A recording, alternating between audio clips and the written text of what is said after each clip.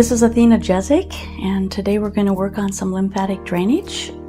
I'll get into some of the techniques a little bit for you so that if you're practicing in a practice, you can maybe begin to work with it a little bit, at least experiment with it and see how the hands work. If you're just doing it for your family members, you can have a little bit of an idea what to do. It's a modality that is a light, very light pressure modality, and sometimes the lighter pressure is more difficult to learn because heavy hands are easier always to do than light hands, and light hands also means that you need to understand what you're feeling because it's very subtle when you get into more subtle anatomy. So the lymphatic system is a series of vessels that are right underneath the skin. And so we're going to be moving them, and we have to open them in a particular way. And there's 4 quadrants, and they drain to various areas. So I'm going to be showing you now the head and neck and very upper part of the chest, draining that. So this is the drainage of the head, face, neck, and upper chest into the 2 quadrants. So it's the upper quadrants of the body. So to begin with, we just begin by starting at the top of the clavicles and a little bit behind them, and press inward, and then let your hand come up and float back. You do not go very deep into this. It stays right under the skin. There's the skin, the layer of fluid, and then the fascial layer, and you want to be right on the fluid layer. You want to be in the fluid, and that's where you're working with lymphatic drainage. Sometimes to go after a node, you go a little deeper than just superficially, but you still go very lightly into it. The nodes sometimes attract your hands as if it's a magnet.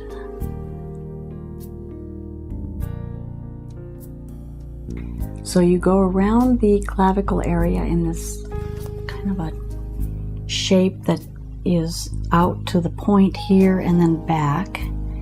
That's the neck chain, and it runs up the sternocleidomastoid muscle, and then back along the trapezius muscle of the back is roughly where the nodes go. But first you open up the entire drain points, which is this ring around the neck, kind of like a pearl necklace.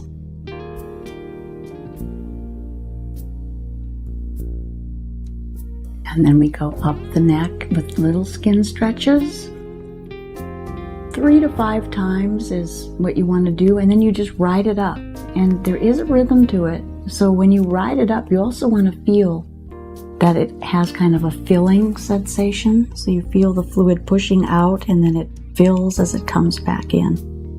And that's the rhythm that you'll follow.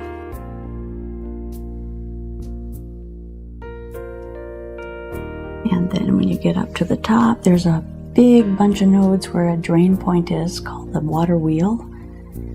That's what I was trained that it was called. I'm sure it's got other names. And then we go down the back side. And when you're working here, it's better to work across the vessels. In other words, if a vessel is running in this direction, your hands want to be like this, so you're not working the same direction that the vessels are going. So you're working across them, giving the skin stretching like that. That's where looking at an anatomy book and understanding how the vessels are, where they're moving to, and kind of seeing the flow pattern of them is very helpful. And you do that maybe 2 or 3 times on the neck. When you go back over it, like here we're draining it, and then we call it, in the Chickley method anyway, to rinse. And that's where you go back over it again and you just kind of rinse it back down. And it's kind of a reversed pattern of it. In lymphatic work, you always need to start proximal, which is closer into the body, and you move distally, which is farther away. It's like opening up little locks of water, so you're opening something so it has somewhere to move to. If you start farther out and you're draining it inward where it has to drain to, you're not going to, if there's a blockage between there, you're not going to be able to get the fluid up. So you have to open as you go. And that's one of the things that distinguishes lymphatic work from other work. In moving blood, moving the circulation, you want to start distally and move towards the heart. In this work, you do it just the opposite because we're in a different system. Now here there's a row of nodes underneath the chin. So we start and we just go under the chin very lightly and drain the nodes. It's actually right along the jawline.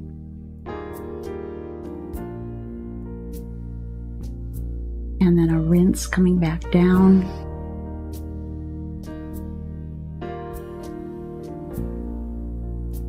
Okay, and rinse that.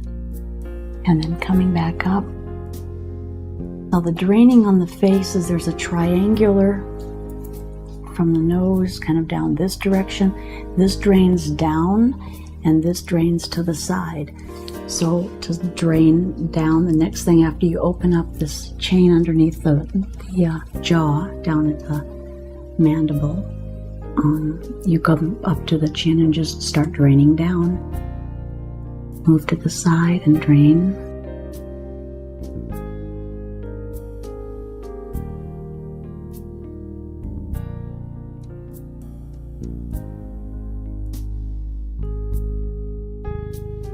Under the nose, you kind of come in and up and out. Kind of a little tricky one, but just move it.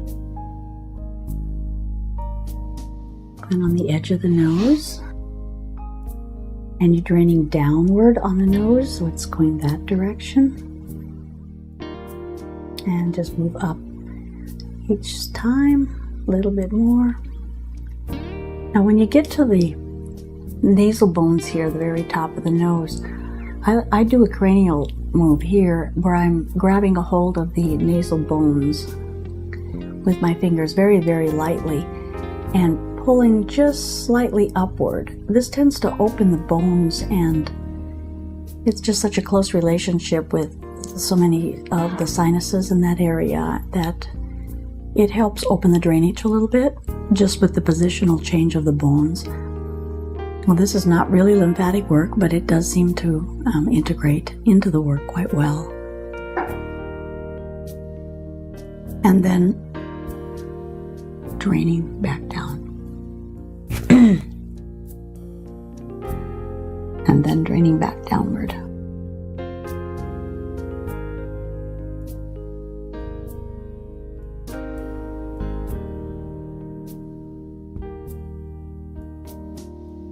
And under the chin again, around.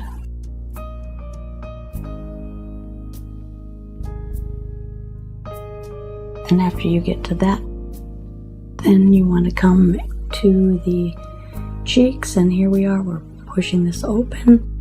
Now here it kind of seems like we're moving more distally, but that's our moving more into the medium. But this is the way it's draining, because you're opening here and then you're moving in. So there are some exceptions to the rules.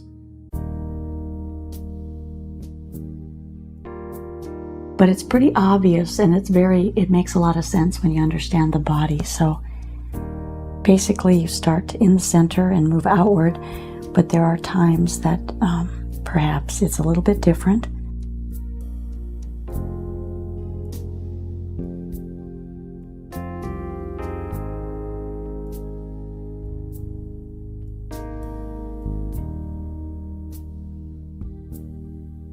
Then you come back to the cheek area and some skin stretching underneath the eyes. Now this is just little tiny pulls.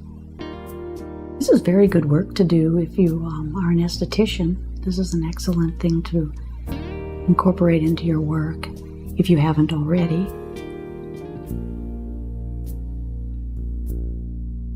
There's a lot of people that have had maybe plastic surgery or some kind of surgeries on their face for whatever reason.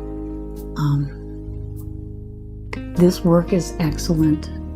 The lymphatic work really helps healing process and helps with scar tissues to somewhat fade, and there's a lot of benefits to lymphatic work after any kind of surgeries or traumas,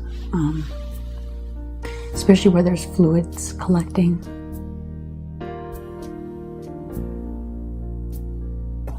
And then you can go to the eyebrows next, and the same kind of little pull. It's just very light work. Sometimes it feels like you're not doing a whole lot, but you can tell under your fingers that there's a lot of fluid moving.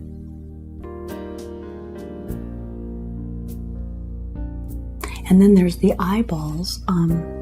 This is you must be real gentle with this one if you're going to do it, but you do grab the eyeball and barely hold it, and then just rotate the eyes just slightly. You can drain behind the eyes this way.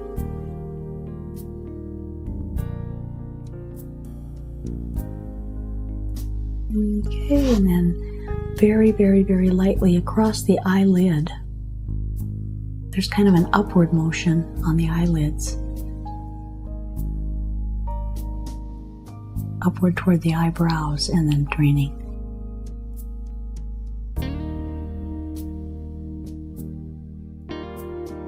Okay, and then the forehead. It's pretty much open, so you can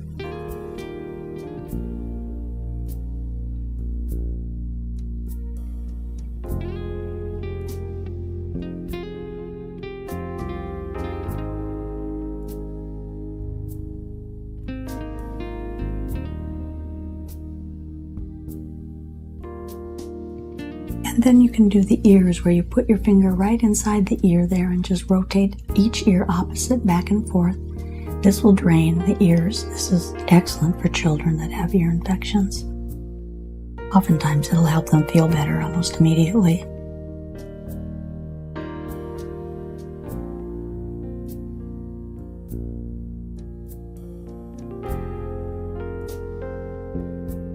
And there we go. That's the face and neck, and just a little upper chest.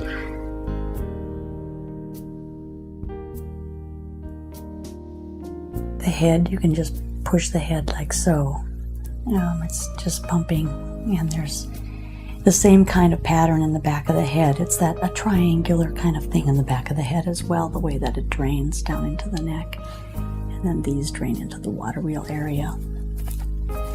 Okay, this is Athena Jezik on lymphatic drainage of the face and neck.